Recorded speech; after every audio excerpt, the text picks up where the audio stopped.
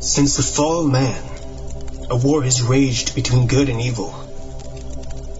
Over the centuries, this war has distorted the truth. Now the truth is perceived as lies, and lies acknowledged as truth.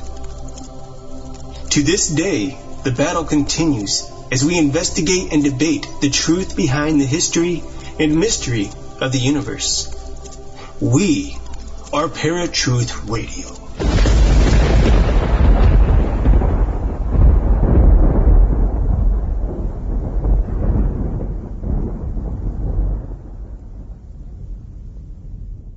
We all know of Disney's Aladdin. It's a fun, adventurous, animated movie. But the most famous character of the film isn't Aladdin, nor is it even Jasmine. It happens to be Genie. A big, blue, fun, humorous genie. But what if I told you that genies in reality aren't portrayed in the same manner in ancient texts? What if I told you that genies hold a bad reputation? What if I said that genies are notoriously evil and demonic by nature? Would you believe me?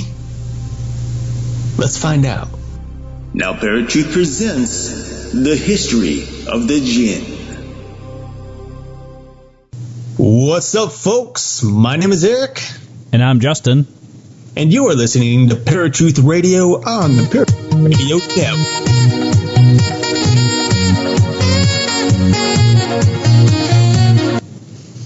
That's an odd song to have for the intro there. It's something I haven't used yet, so I just went. Whew, here we are, another week of Paratruth Radio.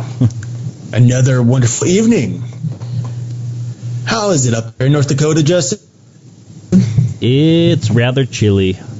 I enjoy chili. It's delicious. Temperature chilly. Oh, that makes sense. Yes. Temperature chilly? What does that mean? Oh.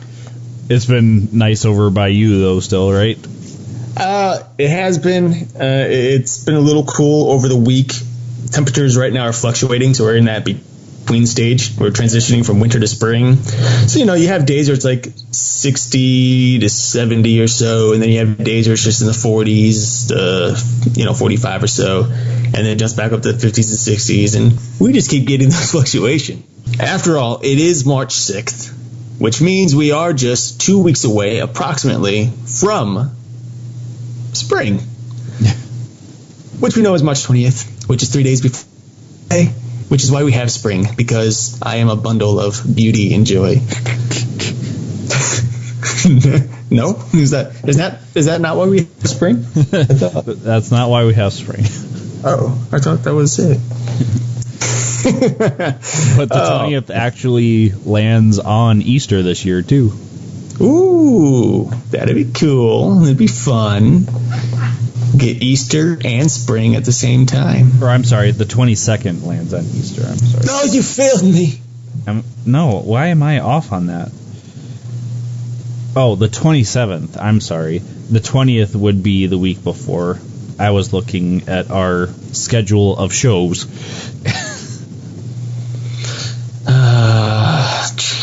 I'm going to have to take over. So we just wouldn't have a show, okay? Yeah, whatever. Be quiet. Well, we should do that for a week, where I take over your side of production, you take over my side with all the creative aspect in regards to, our little skits and whatnot and music. There would be no background noise for the random fact or the paranormal headlines or the little intro that we usually have you do would just be. I'd just be like, screw it. They can find out. Done.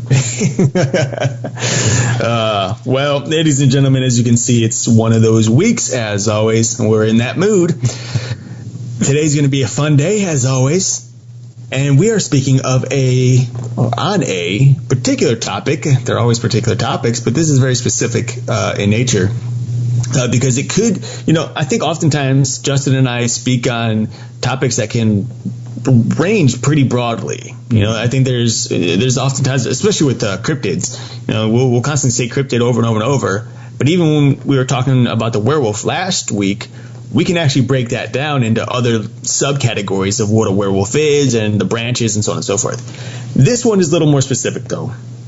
We are talking about the Djinn.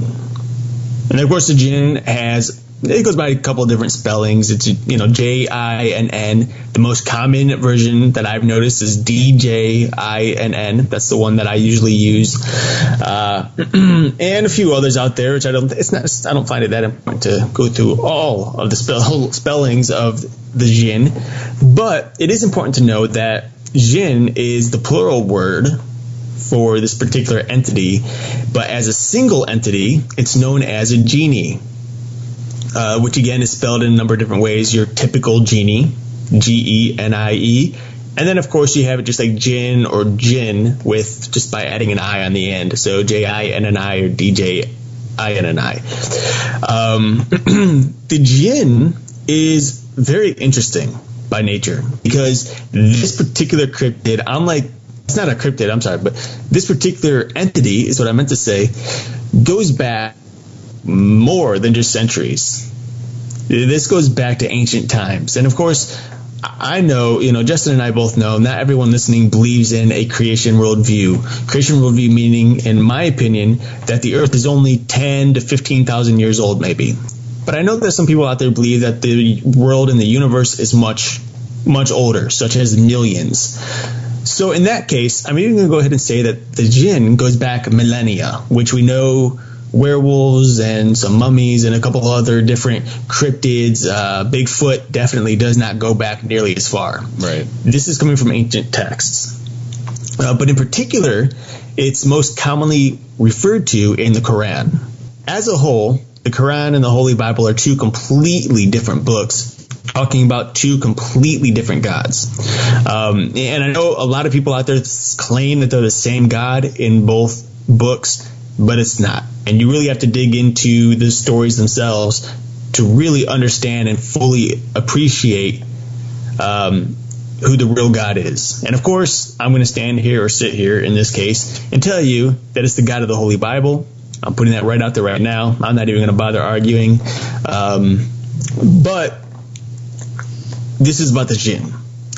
And the Djinn are most commonly referred to in the Quran, just as demons are very commonly referred to in the Holy Bible. Some will say that most will say that they're two completely different entities. There's some that'll say that a Djinn is nothing like a demon, even though it has very similar attributes that demons have and characteristics. I, on the other hand, see a very, very, very close similarity between Djinn and demons. They just go by two different names.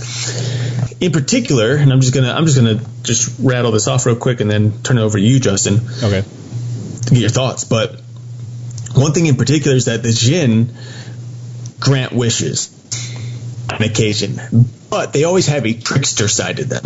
So even if they grant wishes for people, there's always something in it for them.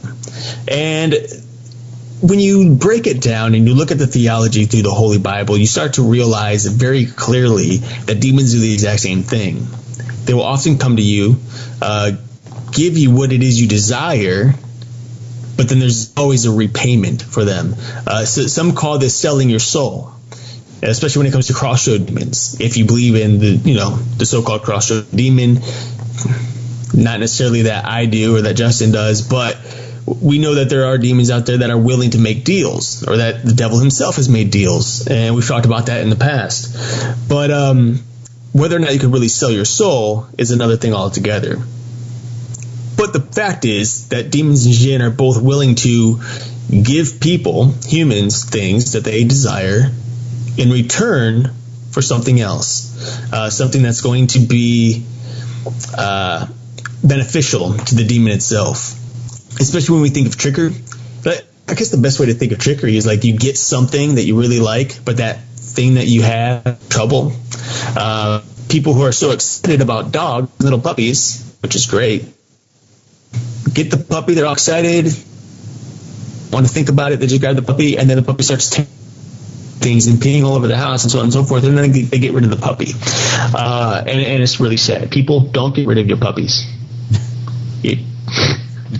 Yeah, I agree there. Don't get rid of your puppies. That hurts them terribly. How would you like it if somebody gave you up? We all know what that's like, whether it be a parent that gave you up or whether it be a loved one that gave you up, a girlfriend, boyfriend, husband, wife, et cetera, et cetera. It hurts. And it hurts dogs, too, and any other animal. Ladies and gentlemen, first rabbit trail of the evening. You're welcome. So, support puppies and kitties. On that rabbit trail, the one thing that you had shared on Facebook a couple of days ago about the puppy being shot with a BB. Oh, yeah. Yeah. Like, how sick are people getting nowadays? I don't know, man. I don't know. I can't stand people half the time. It's true. These people are real jerks lately. It's like, come on. Yeah.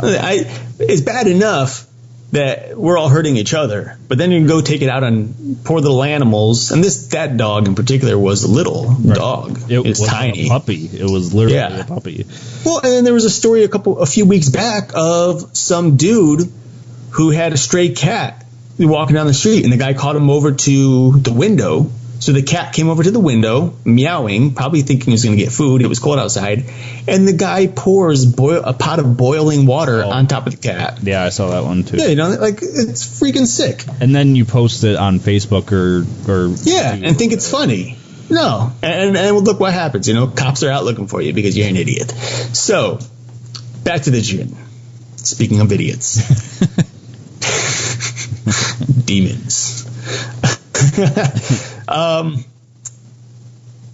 So there is this one thing, and maybe you came up with something different, Justin, but there is, I guess, some belief that the Djinn can either be malicious or it can be good. It has a choice. And that sometimes there's bad, there's good, and then there's two that live on the edge, or one that lives on the edge. I mean, how do you feel about that? Or what did you find in your searches? I've seen mostly that they could only be bad or good. And I've never read the Quran, but from what I've heard, there are angels in the Quran.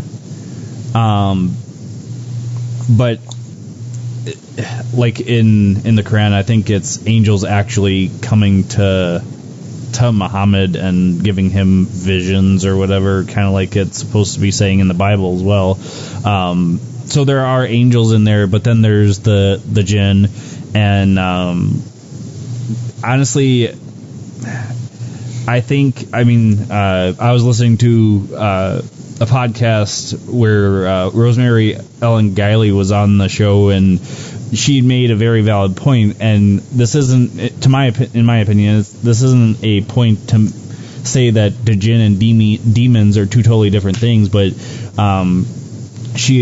the question to her was, what is the difference between Djinn and demons? And she had said, well, that's a very fine line. Where does one end and the other begin? So, in my opinion, and she probably didn't mean this, but that sounded to me like, well, they're basically one and the same. You just call it one thing or another. And all characteristics of a Djinn and its different spellings and different spots in the Quran, talk about it being either a trickster or you're making deals with it for a price. There was a couple of legends, and I don't think this is in the Bible at all, but I saw that actually King Solomon was commanding Djinn, not demons, like we've seen through the Lesser Key of Solomon and that sort of a thing. And it says, God gave Solomon a copper and iron magic ring that enabled him to subdue Djinn, and which protected him from their powers. In some accounts, the ring was inscribed with a pentacle, and in other accounts, it was set with a gem, probably a diamond, that had a living force of its own. With the ring, Solomon branded the necks of the Djinn and as his slaves, and set them to building the first temple of Jerusalem and even the entire city of Jerusalem itself. So let's think about this for a moment in regards to God giving Solomon this ring that's capable of subduing spirits and controlling them, but protecting him at the same time. Yeah. If you ask me, it seems extremely contradictory. Now, that particular story is not in the Bible at all. You won't find it. But that story does fully contradict what God tells us and what we're taught about in the Scriptures. Even throughout the Old Testament, this is not just a New Testament thing, folks. This happens throughout the Old Testament as well, where God constantly tells the people of Israel, the Hebrews, not to talk to, not to interact with spirits of any type, whether demons, whether angels, whether human, it doesn't matter. He says to stay away. Don't look to a medium for help. Don't talk to spiritists. Don't talk to witches of any type. Stay away from it. Don't talk to spirits other than God. God is the only one you can talk to, and unless He sends an angel to you to speak on His behalf. Which, by the way, throughout the Old Testament, you'll often see a small phrase that says, "Then the angel of the Lord appeared to so-and-so." Quick little interesting fact here. Whenever it says the angel of the Lord, that's actually Jesus Christ himself showing up in spiritual form. That's not actually an angel like Michael the archangel or anything like that. It's actually Jesus, which is very interesting and something you should think about. And if you get a chance, look through the Old Testament or search it online and see how many times it says that an angel of the Lord or the angel of the Lord appears to somebody. It's really cool because Jesus is actually shown throughout the entire Scripture, both through prophecy and in, I don't know what you use, I guess reality or physical. I don't know what you would call it. Physical times, I guess. Sorry. Anyway, because the Bible tells us not to associate ourselves with certain individuals and not to talk to or interact with spirits, what in anyone's right mind would make you believe that God would give Solomon the ability to conjure up these spirits and then will them to do whatever he wants, right, when God has strictly prohibited everyone who knows him and loves him to remain free of them and stay away from spirits altogether. So, big contradictory there, which is just one thing, big thing that separates the Holy Bible from the Quran and separates the Christian God from the Muslim God. Two completely different gods. You can't be one and the same. So, well, I know I went off a little tangent there. Right, and that's just on one site. And like I said, I don't think that particular story is in the Bible, or if it is, maybe it's not in the canon books that are within the Bible now. But some of the other stuff that kind of links to Djinn and demons together is a lot of the names that you see. Like there's one here. It's a story about Solomon, about a jealous Djinn, sometimes identified as Asmodeus, and I've heard that name used as either Lucifer himself or a demon as well. Stole Solomon's ring while he was bathing in the river Jordan. The Djinn seated himself on the king's throne at his palace and reigned over his kingdom, forcing Solomon to become a wanderer.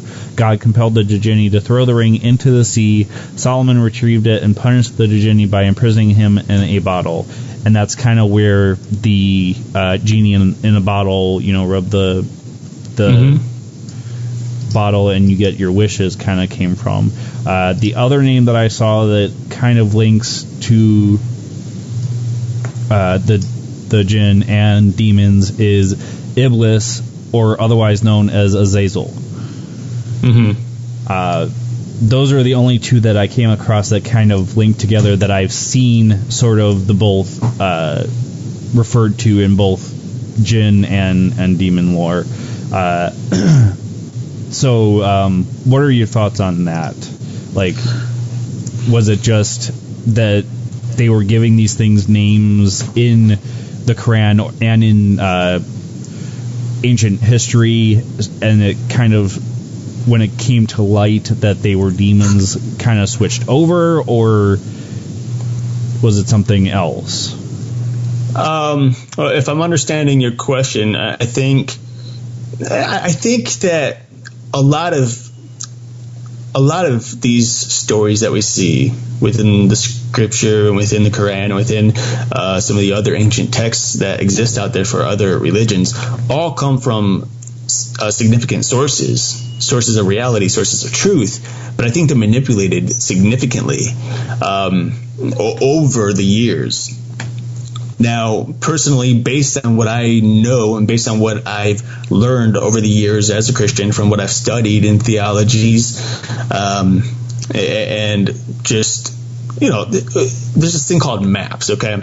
Basically, it means manufacturers. It means manuscripts, archaeology, prophecy, and statistics. Those four things help align the truths in the Bible and help you to understand different things. For example, manuscripts, okay?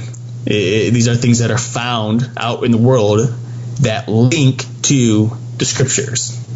Okay, so these are things that we're that are solidifying. The Dead Sea Scrolls, for example, are one of those manuscripts.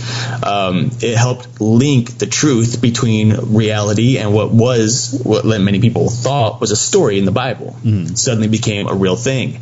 There's archaeology where somebody came across David's sigil, which only helped solidify again that King David was a real person. They found the same thing with Solomon. They found the same thing with different cities that people believed weren't inexistent in the Bible. They were just made up. But then as they're excavating a site, they find a plaque, I think it was a stone plaque with all of the names of the cities inscribed on it. And they're like, oh my gosh, these are real places. And here they are, So that's pretty much what MAPS is. And of course, the prophecy, we see what the prophecies say in the Holy Bible, and we start comparing them to our history, and we see that many of the prophecies in the Bible line up with history. And now, of course, some people say, oh, but not all prophecies do. Well, we don't know that for sure, because not all prophecies have been proven to us. Like the ones that happened way back in Abraham's day, we may not be able to find the evidence of it in reality, like right here, right now. It might be long gone of any evidence. Doesn't mean it didn't happen.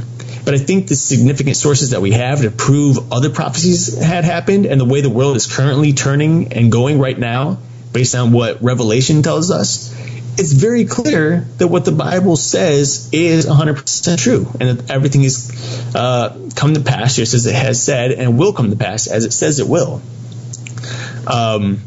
So on that note, that's why I stand by the Bible being 100% true. But that doesn't mean that other writings by other faiths don't have some sort of truth in it. King Solomon he's in the Quran. Now, whether or not the Quran is true about what it says about Solomon, which I don't think it fully is, we know for a fact that there was a King Solomon. I think there's two completely different views here, though. I think whoever wrote the Quran was either persuaded by a demonic entity to write something different, or they didn't have the facts, and so they came up with stuff. We learn the same thing with Noah's flood in different texts. In our story, he made an ark. In other stories, it's a giant sea turtle that survived the flood. So there's obviously some truths here. I believe the full truth is in the Bible, but I believe that there are truths, small truths, or I guess I should say writings based on truths in other scripts, in other, ancient texts. They're just not, unfortunately, a lot of it has been falsified. It's like we see with a lot of stories today. There's a lot of books and movies out that are based on true stories, but then people start suing people because guess what? Those true stories, there's a ton of creative rights that go into it.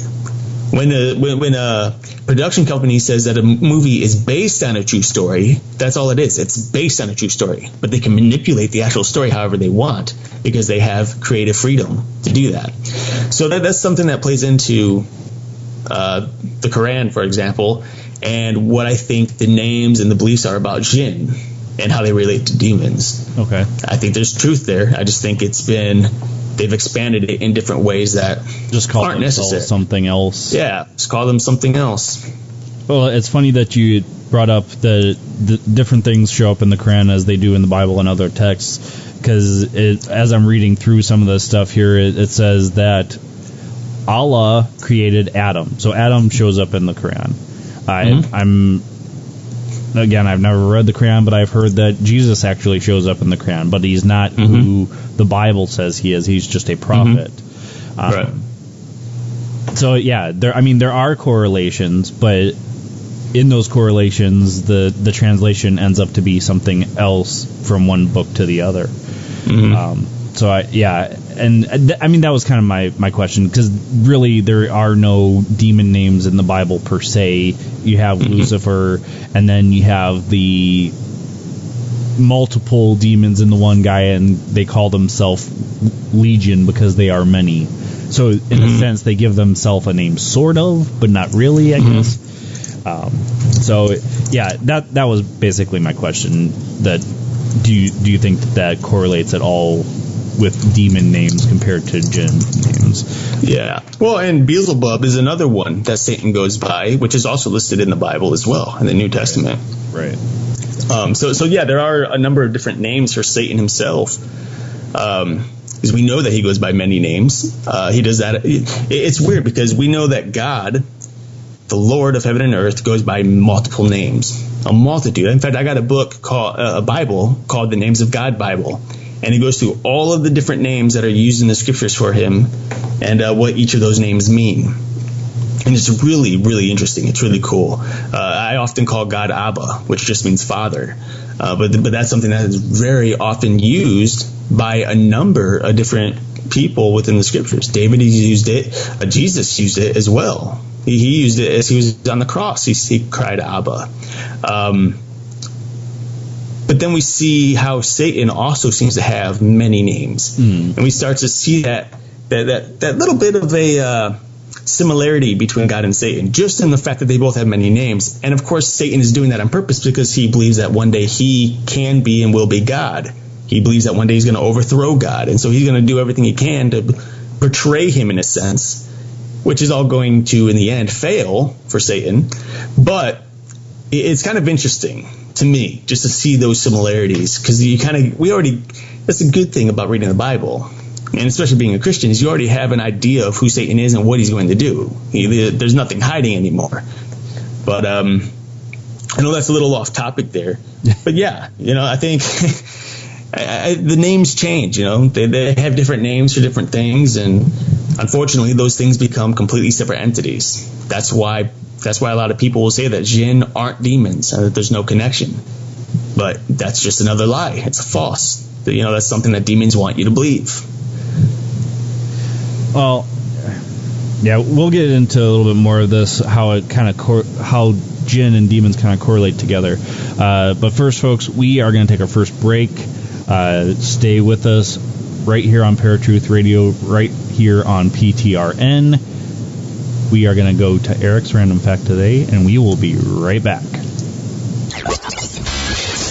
Now, Eric's Random Fact of the Day. We all know that Colonel Sanders has a secret recipe for his finger-licking formula. However, were you ever aware at just how secretive it really is?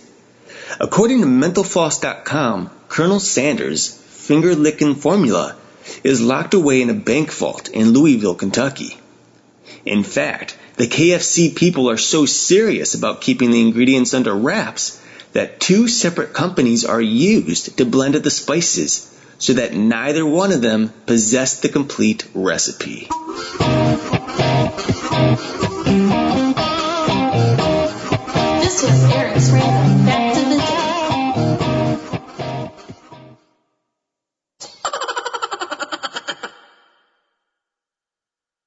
All right, folks, welcome back to Paratruth Radio. My name is Justin. And I'm Eric. And we've been talking about the Djinn and how Djinn kind of correlate, actually not kind of, they really have a lot of similarities to demons. And some stuff that I actually have been reading here that kind of solidifies that even more, especially in my mind, because I can try and think that, you know, possibly Djinn and demons are two separate entities altogether, and maybe they are, or maybe the Djinn are in the hierarchy of demons, and they classified them with this name Djinn. That's a good possibility too. But something that I was reading here, it says they're often portrayed as having a demonic-like appearance, but they also have beautiful, seductive forms. The Djinn are masterful shapeshifters. Their favored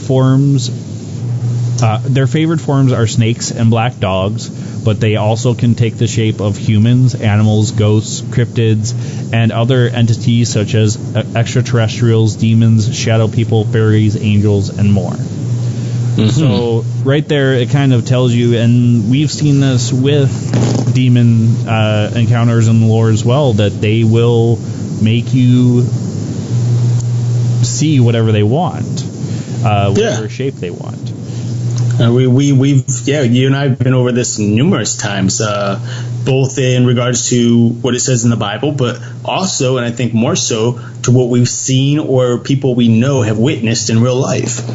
Just the way they see things that really shouldn't be there, like certain creatures and whatnot. And the whole black dog thing, you know, which happens to be there one moment and gone the next. Right. But, you know, through the scripture, I know we've said this before, but it's always nice to go ahead and just say it again. In the very beginning, in Genesis 3, for example, Satan appeared to Eve as a snake, as a serpent. And we know that Satan was the serpent. You know, some people say, oh, the serpent was completely separate from Satan. It wasn't Satan. But it was, because then we see later on in scriptures that when it's talking about Satan, it says the old serpent himself. We see that in the book of Revelation. It says that then the devil, the old serpent himself, so on and so forth. So he shows up as a snake. We also know in Corinthians. I don't know about you, but I've never come across a talking snake with legs and all of that. No, no, exactly. So as far as I know, there's no talking animals whatsoever, but the Bible does describe a couple of them, and they're usually linked with Lucifer or demons. Yeah. And people, you cannot argue that those talking animals on YouTube, you know, the ones saying hello and stuff, are really talking. Come on. No. No. Don't make that argument, please. Or you see the ones that people are voicing over the ones that yeah.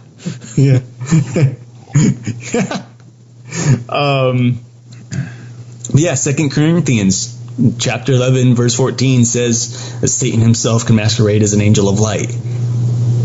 That goes right along with what you just read to us, you know, and the fact that there's a beauty that they can take form as. And obviously, if Satan can do it, which, by the way, this passage continues on, it says that Satan himself can masquerade as an angel of light, why not his servants, you know, of unrighteousness masquerade as servants of righteousness? And that, I think that goes both as a human, in a human sense, but also as a spiritual sense. So it could be demons, or it could be unrighteous humans that can masquerade as something good when they're not, or somebody good. So, yeah, there's similarities, man. You know, I think it's very clear. People say that Djinn can be, even though they're tricksters and they're evil and this and that Djinn can be good, depending, you know. You don't get that with demons. It's bad, and it's bad all the time.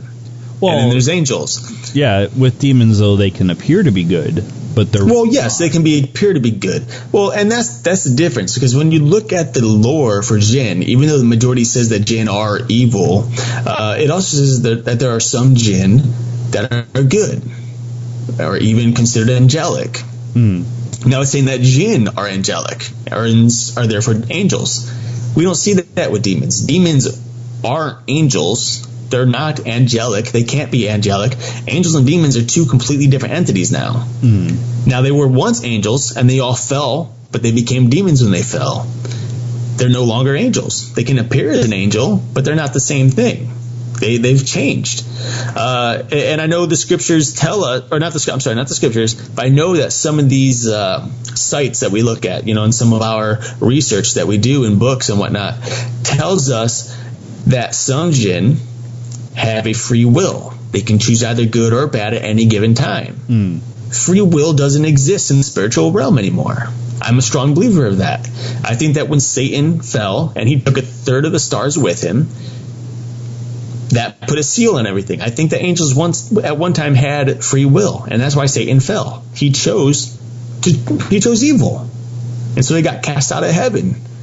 And once that happened, God put a seal saying, okay, your free will was to choose evil, you and the other third of the angels, and the rest of my angels have chosen me, and that's the way it's going to stay forever. No angel will ever fall again, and any demons will never rise. Done. People, humans, is completely different toward. He gives us free will all the time, no matter what. And that free will sticks right until the day we die. And the moment our heart stops and the moment our spirit leaves our body, free will is gone. Whatever you chose before the time that you died is what you get. And if you chose anything other than God, you end up in hell. It's simple as that. But yeah, I think there's there's big differences here between Djinn and demons. It's just one of those things. Different, but there's more that correlates than doesn't. Well, yeah, absolutely. I agree with that. And the one and final thing I wanted to address, which is where Djinn are born from. It's said that the Djinn are born from a smokeless fire, which in modern times we would be calling plasma.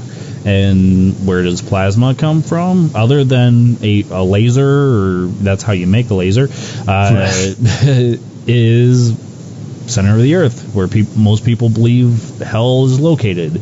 So, in a sense, wouldn't you think that they were born in hell? If Djinn are completely different than demons, then no, obviously not. But in a sense, it's kind of all pointing towards something that correlates with demons, and even though it's coming from the Quran, and the Quran and the Bible are two totally different things, there's a lot of stuff that are getting similarities with, especially with the Djinn. Like Eric said, it's very few and far between as far as the Bible and the Quran are concerned. There are different things that correlate, but not in the same light, or not exactly the same. Right. So, to me,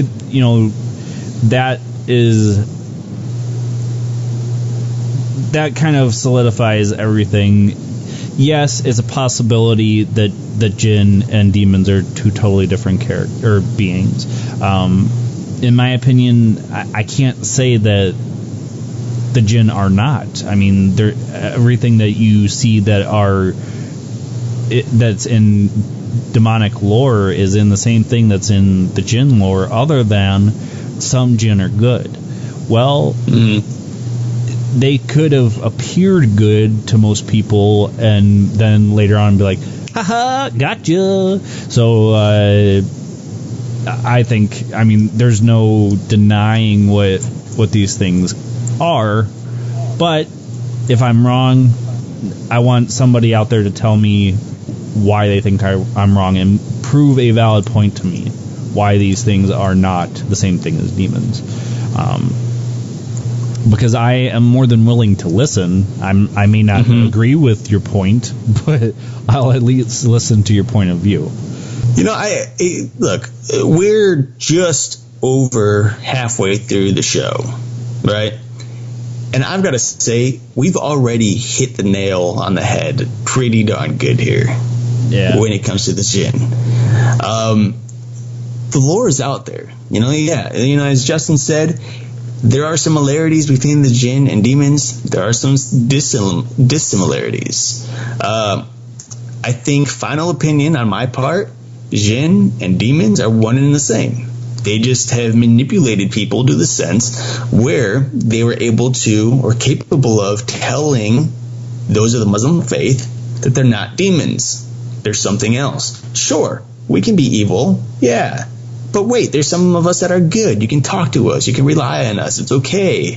But then we hear that they're tricksters as well. So now you're getting tricked because they just tricked you by telling you they're good when they're really bad.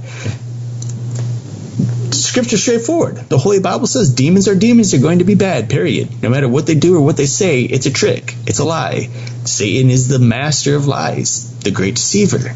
That's what he does. He's a lion looking for a soul to devour.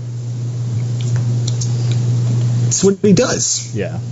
Well, anyway, on that note, folks, I think we're going to take our second and, of course, our last break of the evening.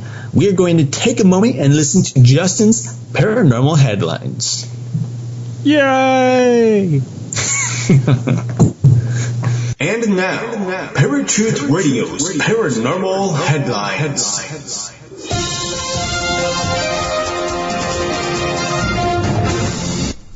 What's going on, Parafans? Justin here with your paranormal headlines, and these headlines are from unexplainedmysteries.com. Unicorn goes on the run from the police. A pony dressed as a unicorn managed to escape from a children's photo shoot in California last week. The pint-sized mythical steed, which came complete with a distinctive spiral horn and pink halter, disappeared from a house in the Fresno suburb of Madera Ranchos last Wednesday evening.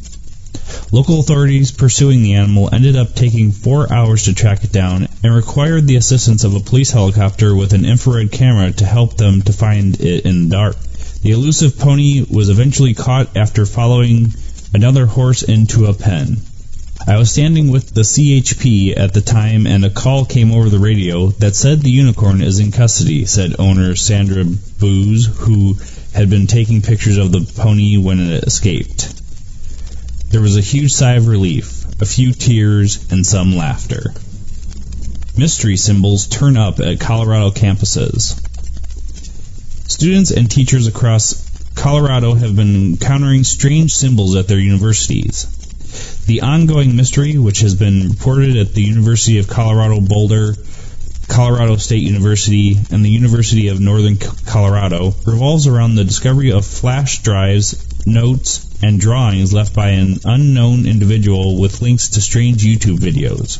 The heavily edited uploads are undeniably creepy and difficult to decipher, but are believed to show whoever is responsible actually drawing the mysterious symbols at the university campuses. The videos also include strings of letters and numbers such as E23, E627, 18, 8, 42, 112. University officials have been working to investigate the phenomenon with the help of local law enforcement. However, the individual responsible has yet to be found. "We're aware of the situation," said Nate Haas, a spokesperson at the University of Northern Colorado. "Campus police have determined that there's no identifiable threat at this point. Students have also been attempting to decipher the clues, but have so far come up empty." And this has been Justin with your Paranormal Headlines. This was a segment of Paratruth Radio's Paranormal Headlines.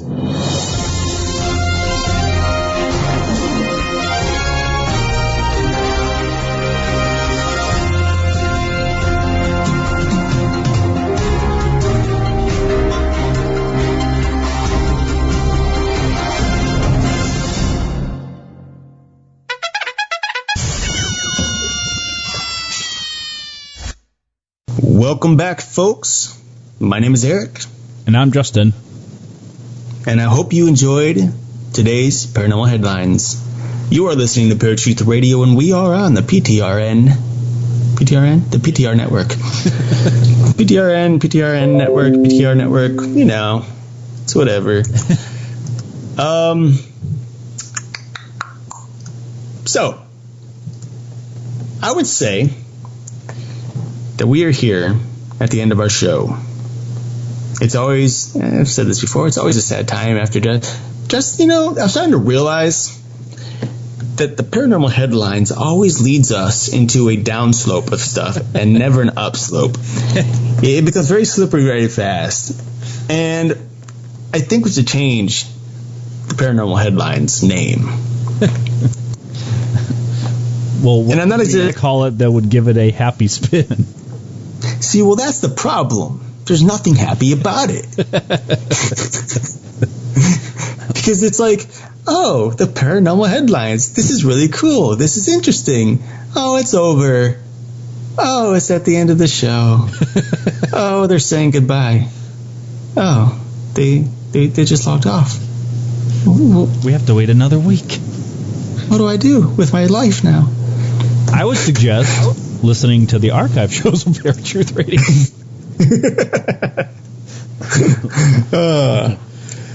We can call it Justin's Paranormal Slippery Slope. Once you're on, there's no getting game over. That's it. Right to the end. You're riding it out. Right. Anyway. Well, since we are at the end, one thing I thought would be kind of interesting would be, say the Djinn were really genies. They were these all nice things. They gave you the 3 wishes if you set them free, and God willed us to be able to talk to them and not get in trouble. Mm-hmm. But you had some rules. The first rule of Fight Club is you do not talk about Fight Club. The second rule of Fight Club is you do not talk about Fight Club. Okay, that's not the real rules. The real rules that you'll most commonly hear is you can't wish for more wishes, and you can't wish for immortality.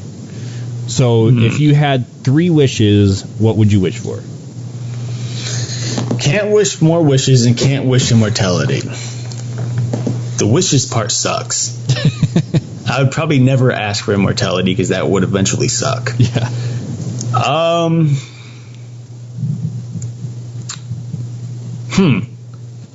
I would begin. Oh, wait, is this like just? I gotta be careful what I say. Never mind. All right. So for starters, and this is probably a typical answer for anybody, is just. Does it have to be specific at the moment? Specific? You can wish for whatever you want to wish for. All right. So we'll just start at. We'll say $6 billion. Okay. And of course, it's not just to be, you know, some dude who sits out on the beach all the time and stuff, but to help further and build a production company for film and television and bring work to other people. Okay. And mostly myself, but other people too. So that's wish 1. Wish 2 would be. Genie gave Aladdin a longer time to figure this out.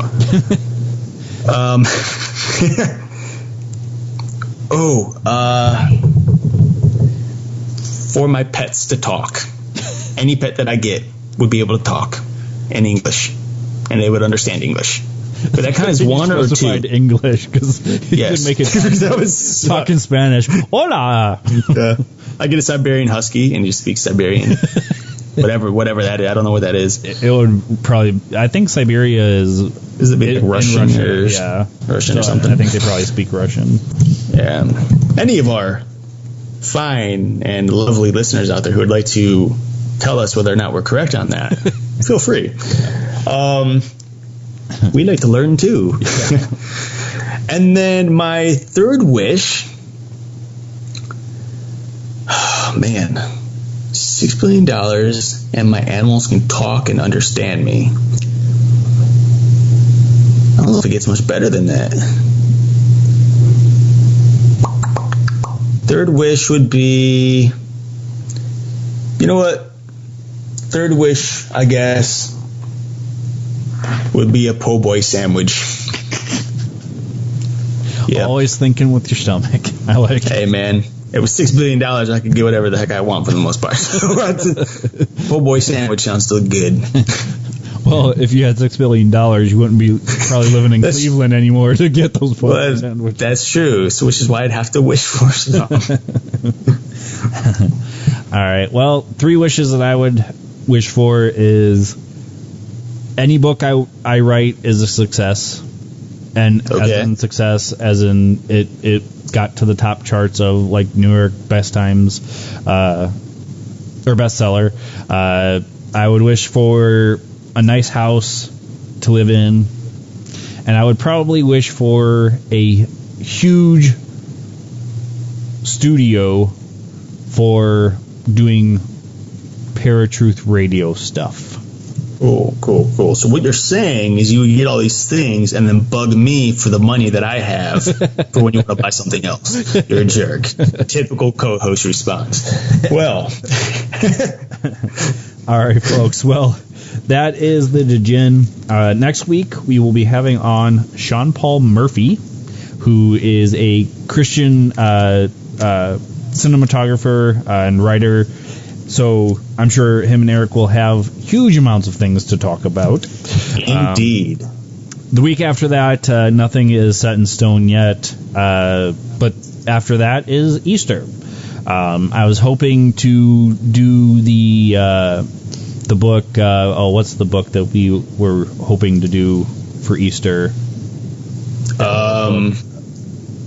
The Case for Easter? Yeah, The Case for Easter. I was hoping to do that, but the author was busy, so he had declined. So we'll just do our nice Easter episode.